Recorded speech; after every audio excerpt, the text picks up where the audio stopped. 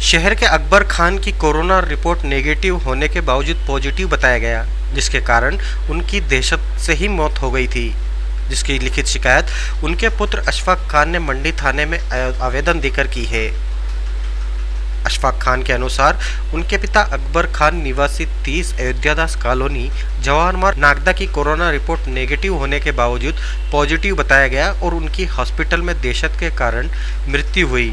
अशफाक खान के घरों को 10 दिन के लिए कंटेनमेंट एरिया बनाकर परिवार को मानसिक प्रताड़ना दी गई। अकबर खान की मृत्यु के गम में उनके भाई की मृत्यु हुई है। परिवार द्वारा पड़ताल करने पर स्वास्थ्य विभाग टालमटोल कर लिपापोती करने में जुटा हुआ है एवं कोई भी संतोषजनक जवाब देने की स्थिति में नहीं है, जिससे अशफाक खान का पूरा परिवार बुरी तरह से परेशान है। पूरे परिवार ने प्रकरण की जांच हेतु पुलिस थाना नागदा मंडी में आवेदन दिया है, जिसकी मांग की है कि दोषी अधिकारियों के खिलाफ सख्त से सख्त कार्रवाई की जाए। ये घटना पूरी इस तरह से है कि मेरा अब्बा का स्वास्थ्य 20 जुलाई को तबीयत खराब होती है। डॉक्टर चौधरी का इलाज के लिए जाते हैं, डॉक्टर चौधरी वो ट्रीटमेंट करते हैं जब तक सब पोजिशन नॉर्मल है। 21 तारीख को फिर उनकी तबीयत खराब हुई और वो फिर पुनः वापस डॉक्टर चौधरी के यहाँ इलाज के लिए गए।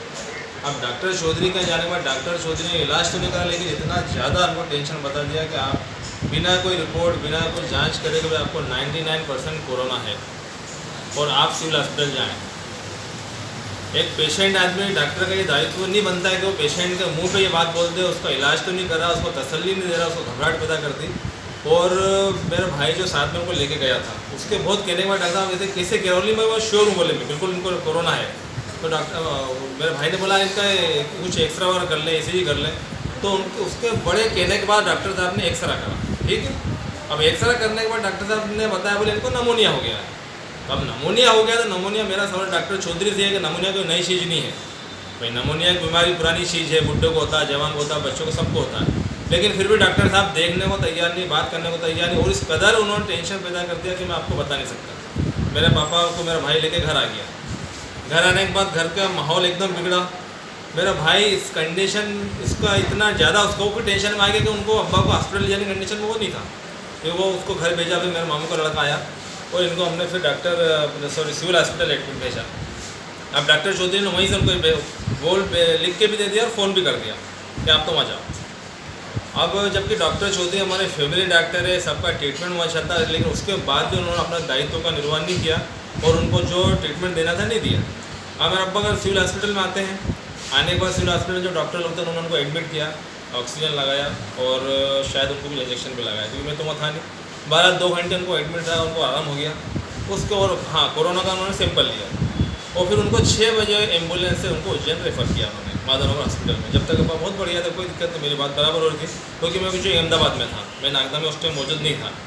अब बात बराबर हुई तो अब्बा 7:15 बजे के आसपास एडमिट हुए माधवनगर हॉस्पिटल में। अब 21 तारीख की रात निकलती है, 22 तारीख का दिन भर निकलता है। दिन भर उनसे बात हमारी तो वहाँ तो जाने दे नहीं रहे थे, जाने दिया नहीं, हम वहाँ पहुँच नहीं पाए, उनसे मिल नहीं पाए। हम अब्बा से जो बात हो रही थी ऐसी कोई घबराने वाली बात, ऐसी टेंशन की नहीं थी। ठीक है, हमने सोचा ना डॉक्टर नमूनिया बताया, नमूनिया का इफेक्ट है, सांस में दिक्कत आ रही थी उनको।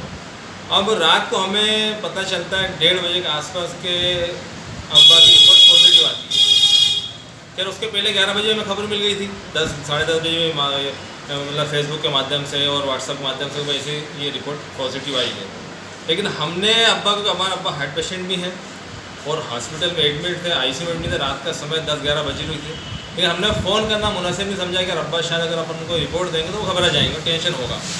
लेकिन हमने तो फ़ोन नहीं करा, लेकिन एक पुलिस अधिकारी ने कंट्रोल रूम से उनको फ़ोन करके डिस्टर्ब करा, जो कि सरासर गलत और एक बहुत बड़ा जुर्म मेरे नज़र में होता है। अब कानून के नज़र में होता ही नहीं होता, वो कानून से वन देखा जाएगा।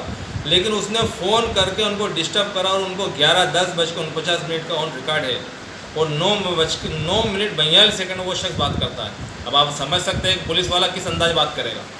पुलिस वाले को ये ड्यूटी नहीं बनती कि एक इंसानियत के नाते भी नहीं हो सकता कि आदमी पेशेंट है, हॉस्पिटल में एडमिट है, ICU में एडमिट है, पिछले 24 घंटे से उसको ऑक्सीजन चालू है और आप उससे क्या इन्फॉर्मेशन लेना चाहते हैं। जितने क्राइम हो रहे हैं, मैं सवाल कर दूंगा कलेक्टर साहब से, इतने क्राइम हो रहे हैं उसके बारे में कभी आपने इतनी बारीकी से इतना इंक्वायरी करी आपने? कि रात को घर में किसी के जाके इस तरीके से आप हमारा घर 1:30 बजे क्वारंटाइन करना ये होगा। 1:30 बजे पूरा स्वास्थ्य विभाग की टीम, पुलिस वाले शामिल है, पूरी बारात की बारात कम से कम 25-30 लोग मेरे घर पहुँचते हैं। ये कहाँ का तरीका, कहाँ का सिस्टम है? अरे हम कोई भग जाएंगे क्या? अगर सपोज करो मेरे घर पे अगर पॉजिटिव आ गया तो क्या हो गया? क्या बहुत बड़ा जुर्म हो गया? ये सुबह भी हो सकता है, लेकिन सिस्टम इतना बिगाड़ रखा है और कोई समझने को तैयार। लेकिन हमारे साथ बीता है, हमें तकलीफें सीधे तुम्हारे साथ बीते का पता चला है। मैं निवेदन करूँ कलेक्टर साहब, अगर आपके साथ होता, अगर एचडीएम साहब के साथ होगा तो पता चले, अगर आपके पिताजी अगर आपके चले जाते और आपके साथ ये व्यवहार होता है तो ये बिल्कुल गलत है।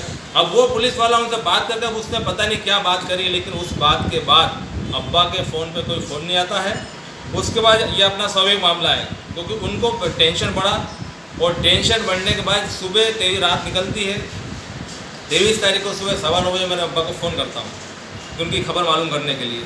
तो ड्यूटी डॉक्टर ने फ़ोन उठाती है और वो खबर मुझे देती है कि बोले आप कौन है? मैंने कहा क्या बोलता हूँ, तो बोले आपके अब्बा का बोले कि सडनली मॉर्निंग में अटैक आया और ये एक्सपायर हो गए। अब आप समझ सकते हो कि ये खबर सुन के मेरा तो बहुत दिमाग ख़राब हो गया, बहुत ज़्यादा टेंशन बढ़ा, मेरे हाथ पर फूल गए। उसके बाद फिर मैंने अपने आप को संभालते हुए फिर उसने डबल बात करी। मैंने कहा ये गलत तो नहीं? अब मैंने कहा रात तक मेरा अब्बा अच्छे थे, क्या हो गया उनको एकदम? अच्छा, फिर सबसे बड़ी बात कि वो हमें फ़ोन नहीं कर रहे हैं। हॉस्पिटल से 8:20 में उनकी मौत होना उन्होंने बताया है और 9:15 बजे मैं फ़ोन करता हूँ तो उनका जवाब क्या आता है? बोले कि हमारे पास इनके अलावा कोई नंबर नहीं है। अरे आपके पास मोबाइल मौजूद है, आप पढ़े लिखे लोग, आपको इतनी समझ नहीं है कि इसकी कॉल डिटेल निकाल के वो देख के वो उस फ़ोन में को लॉक भी नहीं लगा हुआ था कि आपको दिक्कत आएगी हम कैसे फ़ोन को अपडेट करें? क्या आपको इतनी समझ नहीं है? अच्छा, जब सिविल हॉस्पिटल में मेरे अब्बा को एडमिट मेरा भाई करने गया और उस टाइम वो उनने भी नंबर दिया हमको हॉस्पिटल में, तो हॉस्पिटल वाले क्या बोलते हैं? बोले कि नहीं हमें तो अटेंडर का नंबर नहीं चाहिए, बोले हम तो पेशेंट का ही नंबर लेते हैं। अब ये कौन सा सिस्टम है साहब? किसी फैमिली का मेंबर का आप नंबर लें, अटेंडर का नंबर लें, हम तो कोई इमरजेंसी आती है तो आप फ़ोन तो कर सकते हैं ना। अब हमारे पिताजी मेरे अब्बा का तो इंतकाल हो गया, खबर नहीं दे रहे। ये सिस्टम चल रहा है हमारे यहाँ का। बहरहाल वो हमें खबर मिलती है, खबर मिलने के बाद उन्होंने फिर हमें नागरिक थाने से बात होती है, हमें 5 आदमी इन्फॉर्मेशन मिली। हम 3 ही जने घर के लोग मौजूद थे, क्योंकि मेरे 2 भाई बाहर रहते हैं। हमने उज्जैन गए, उज्जैन से वो दफनाया उनको वहाँ पर। बहरहाल ये सब मामला घटना खत्म होता है और हमारे को 10 दिन के लिए क्वारंटाइन कर दिया जाता है। अब अगली कहानी आती है कि जो उसके बाद जब हम 1 तारीख को हमें इन्होंने क्वारंटाइन से फ्री करा, उसके बाद हम उज्जैन जाते हैं इंक्वायरी करने, क्योंकि हमको तसल्ली भरोसा नहीं हुआ कि जो सिस्टम चल रहा है, जो हम फेसबुक व्हाट्सएप पे देख रहे हैं कि यार पेशेंट को इंजेक्शन लगा दिया जा रहा है, पेशेंट को मार दिया जा रहा है, रोज़ कुछ ना कुछ आ रहा है। तो हमारा भी दिल माना नहीं, क्योंकि अब्बा 10 बजे तक बात करी अब्बा ने। हाँ, 10 बजे अब्बा के दोस्त की बात हुई, बराबर अच्छी उन्होंने बात करी। 11 बजे फ़ोन उन्होंने अटेंड करा। तो जब पेशेंट अच्छा है, कोई दिक्कत है, एकदम क्या हो गया? बहरहाल हमने डॉक्टर हॉस्पिटल गए। हॉस्पिटल जाने के बाद जो ड्यूटी डॉक्टर से हमने बात करी तो उन्होंने बोला कि आप इसके बारे में, उन्होंने पूरा घटना बताया किस तरीके से मामला बना है। इनको रात को तबीयत खराब हुई, इनको अटैक आया और अटैक के वजह से ये एक्सपायर हुए और मौत का कारण उस डॉक्टर ने क्या इनको हार्ट अटैक है। फिर भी उसने बोला अगर आपको कुछ और जानकारी लेना है तो हमारे बड़े साहब डॉक्टर सोनाने साहब मिले। अब हम डॉक्टर सोनाने साहब से मिलते हैं, उनसे हमने फ़ोन बात की, उन्होंने टाइम दिया 7 बजे मिलने का। अब मिलने के बाद डॉक्टर साहब ने पूरे हमें घटना बताई कि कैसा ऐसा हुआ और उसके बाद जब हमने उनसे सवाल किया था उनकी रिपोर्ट के बारे में हमने पूछा तो उनका कहना है कि ये तो नेगेटिव पेशेंट है। अब ये बात सुनते हमारा दिमाग खराब, जब नेगेटिव पेशेंट थे फिर हमें पॉजिटिव बता के हमारा घर सील कर दिया, हमारे साथ जुर्म ज्यादती उन्होंने करी और इस पॉजिटिव बता के हमने कितना मानसिक टेंशन हमने उठाया ये हम समझ सकते हैं और सबसे ज़्यादा हमने उस तकलीफ उठाई है। अब डॉक्टर साहब को बड़ा अफसोस हुआ कि यार ये ऐसे कैसे हुआ। मेरे साहब भाई तो आप बताएं, आप जान सकते हैं। तो डॉक्टर साहब को अफसोस होने वाले मैं आपको रिपोर्ट दिलाता हूँ। 12 उस दिन रिपोर्ट हमें मिल नहीं पाई। 11 तारीख को फिर हमें डॉक्टर साहब ने बुलाया और 11 तारीख को उज्जैन जाके सिविल हॉस्पिटल से अपने चरक भवन से जहाँ रिपोर्ट मिलती है वहाँ डॉक्टर साहब ने फ़ोन किया, आवेदन मैंने वहाँ दिया और आवेदन की बैप पे मुझे रिपोर्ट मिलती है। अब रिपोर्ट मिलने के बाद हम देखते तो वो जो डॉक्टर साहब ने बताया तो वही मामला बना। अब सवाल ये आ रहा है कि जब हमारे अब्बा नेगेटिव थे तो पॉजिटिव पता नहीं क्या जरूरत पड़ रही है। अब इसके पीछे क्या खेल चल रहा है ये हमारे समझ में नहीं आ रहा है और इसके पीछे मामला कहीं ना कहीं तो गड़बड़ है। बड़े अधिकारी इसमें लगे हुए हैं और इसमें सीधा सीधा मामला जो मेरे जो पेपर के माध्यम से और ये बीच में खबर मिली थी कि शायद जो क्वारंटाइन करते हैं इसके एवज में इनको बड़ी रकम मिलती है। इसका या तो खंडन करे कलेक्टर साहब करे और एचएम साहब खंडन करे कि गलत बात है, ये जो सोशल मीडिया में चल रही है तो फिर आप उस पर कार्रवाई करो जो आदमी खबर चला रहा है। और क्वारंटाइन आपने कर दिया वो तो उसके एवज में ये या तो रकम का खेल है, पैसों का खेल है, कुछ ना कुछ तो गड़बड़ है। अब इनका सोचना ये है कि आम आदमी पब्लिक को क्या पता चलता, हम जो कर देंगे चल जाएगा इसका तो हमारे साथ तो पता नहीं और कितने लोगों के साथ ऐसा करा हुआ इन्होंने। और क्वारंटाइन करते कि एक पर्दा इधर बांधे इधर पेक करते आदमी घेर देते, इसके अलावा कुछ नहीं करना है। अब इसके अलावा मेरा एक और सवाल एसडीएम साहब से कलेक्टर साहब से भी रहेगा कि मैं आपसे भी सवाल अभी पूछ लूँ कि भाई सैनिटाइजर काहे के लिए किया जाता है, ये मेरा सबसे बड़ा सवाल रहेगा।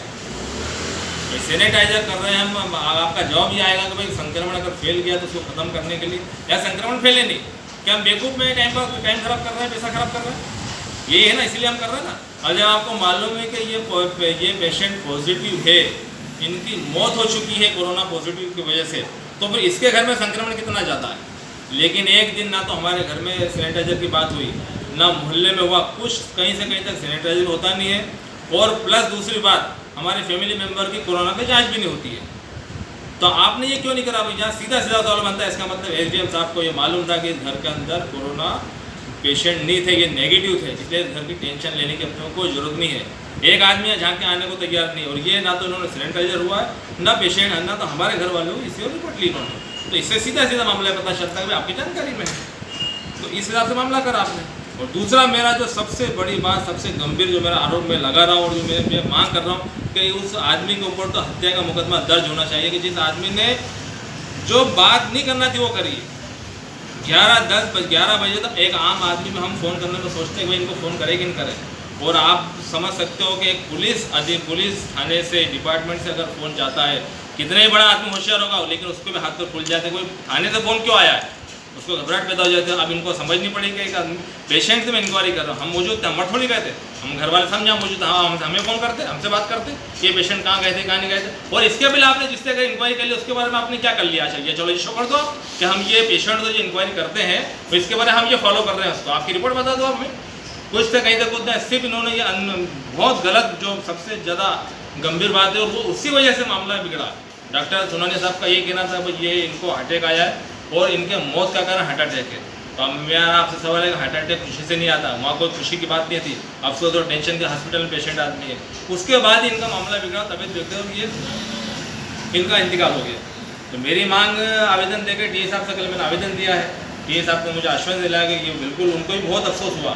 डी साहब ने जब पूरा मामला देखा, पूरा पेपर देखे, पढ़े, उन्होंने रिपोर्ट देखी, तो उनको बेहद अफसोस हुआ, बोले कि बहुत गलत हुआ, ये कहीं ना कहीं सिस्टम में चूक है।